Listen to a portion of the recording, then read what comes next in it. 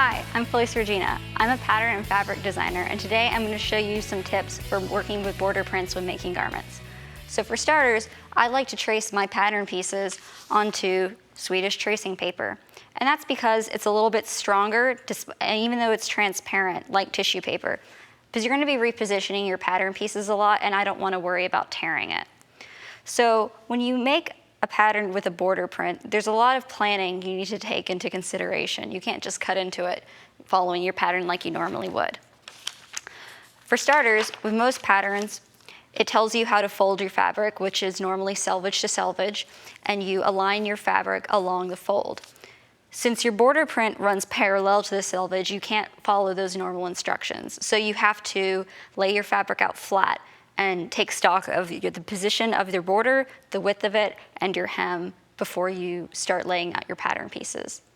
So for this skirt and this bodice piece, for example, I would need to cut 2 of these bodice pieces, and normally I would have a folded double layer of fabric, so I would only have to cut this once.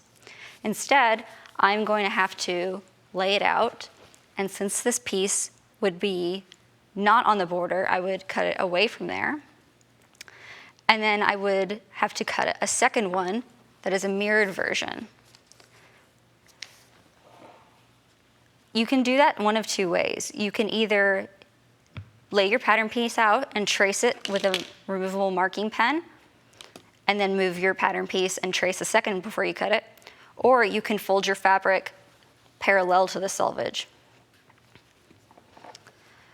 With your skirt pieces, there's some additional considerations to take.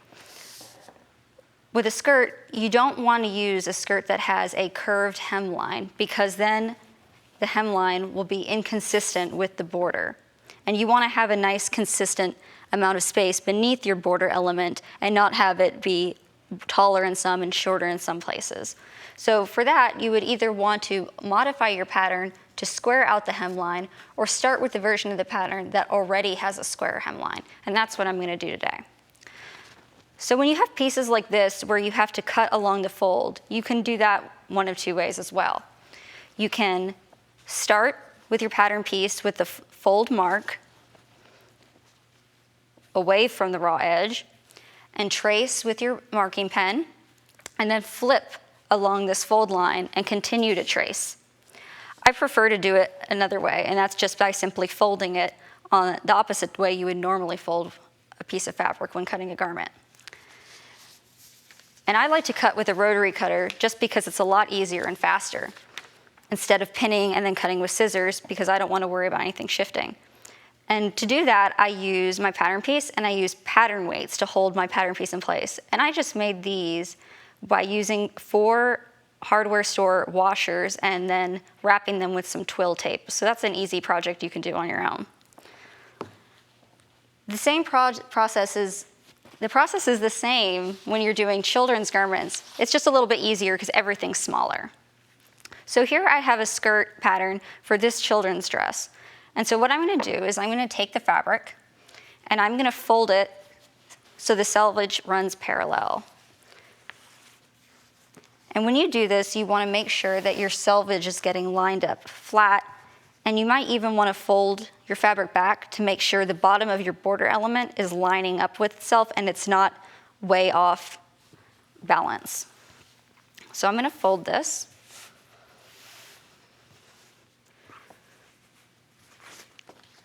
And I'm going to lay my pattern piece on top, lining up the fold line with the fold of the fabric. And now I have to think about the hemline. I want to leave enough space between the bottom of the border element so that it looks nice and even and balanced. So to do that, I think about how much room you need to leave for hem. I have a 1-inch hem. So what I like to do is I'll take my pattern piece, and since it's see-through, I can put it on my cutting mat, and I can see where the 1-inch line on the cutting mat is. And I'll just take a pen, and I'll roughly mark the 1-inch line. And that'll give me a guide to show what will be the lowest visible part of the dress. So I'll refold this here. And I think I want about 2 inches below the bottom of the border element. So I can see through, even though this is wrong side up, I can still see through my pattern piece and see enough of the element to position this the way I want it positioned. So I'll line this up here. I'll put my pattern weights in place.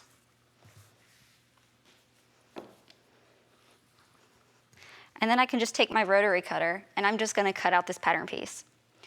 I'm using a 28mm rotary cutter because I find them a lot easier to use when cutting garments. So if you're going around pieces with curves, you don't have to struggle with a larger blade. They're actually really easy to cut with, even around tight spaces like sleeves.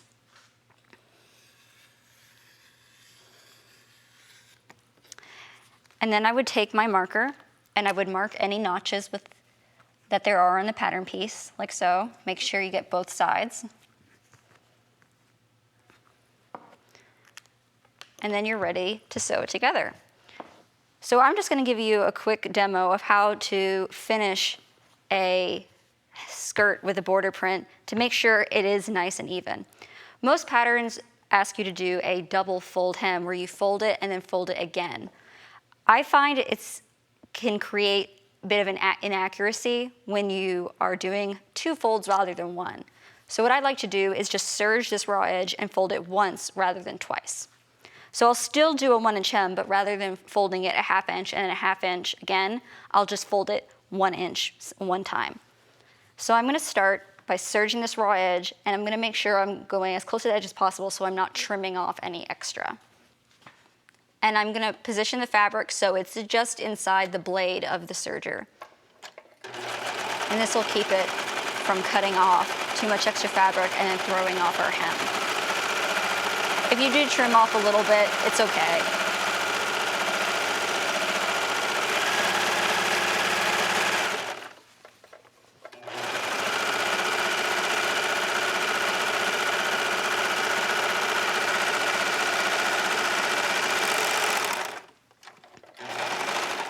I'll just trim this.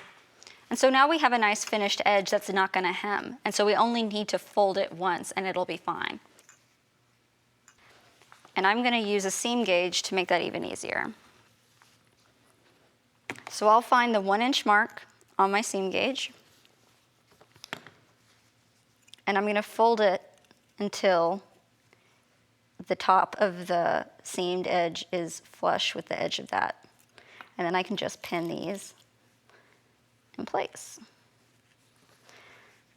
And you can press with an iron, but since it's just one fold, it'll stay in it on its own really easily.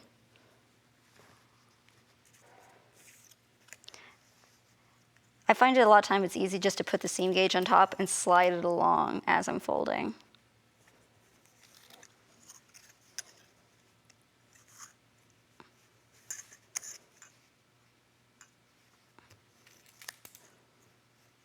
And I'm not going to finish pinning this entire thing because you get the idea. But then we'll just go back over to our sewing machine. And I like to do it with the folded side up so I can see it. Just make sure that your bobbin tension is nice and even. And I'll start with the needle. I like to put it just about where the bottom of the serged edge is. And then we'll just stitch it with a straight stitch.